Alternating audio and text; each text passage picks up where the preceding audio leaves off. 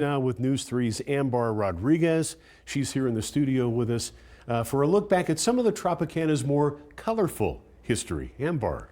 That's right, Steve. The Tropicana has a long history on the Las Vegas Strip throughout its nearly 67 years in business. Ownership of the hotel has changed several times, and some of its early history even involved the mob.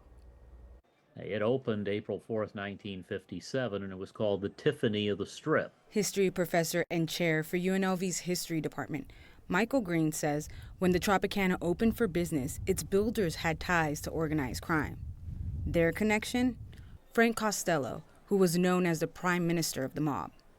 But 1 month after the hotel opened, an assassination attempt changed Costello's life and led him into semi-retirement.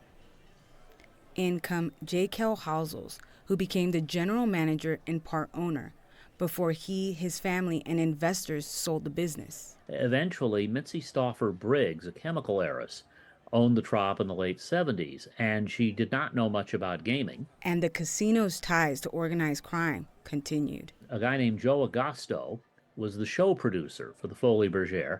It turned out he was tied to organized crime. So was one of the casino bosses, Carl Thomas, and they were involved in skimming for the Kansas City mob family led by the Savellas. Briggs ended up losing all of her fortune after investing it into the hotel. She was horribly used by these organized crime figures. Once they were all driven out, Ramada Inns bought the Tropicana. And that's really the beginning for the Tropicana of corporate gaming. Owner Bally's Corporation, which purchased the casino in September of 2022. Reporting in studio, Ambar Rodriguez, News 3. All right. Thank you, Ambar.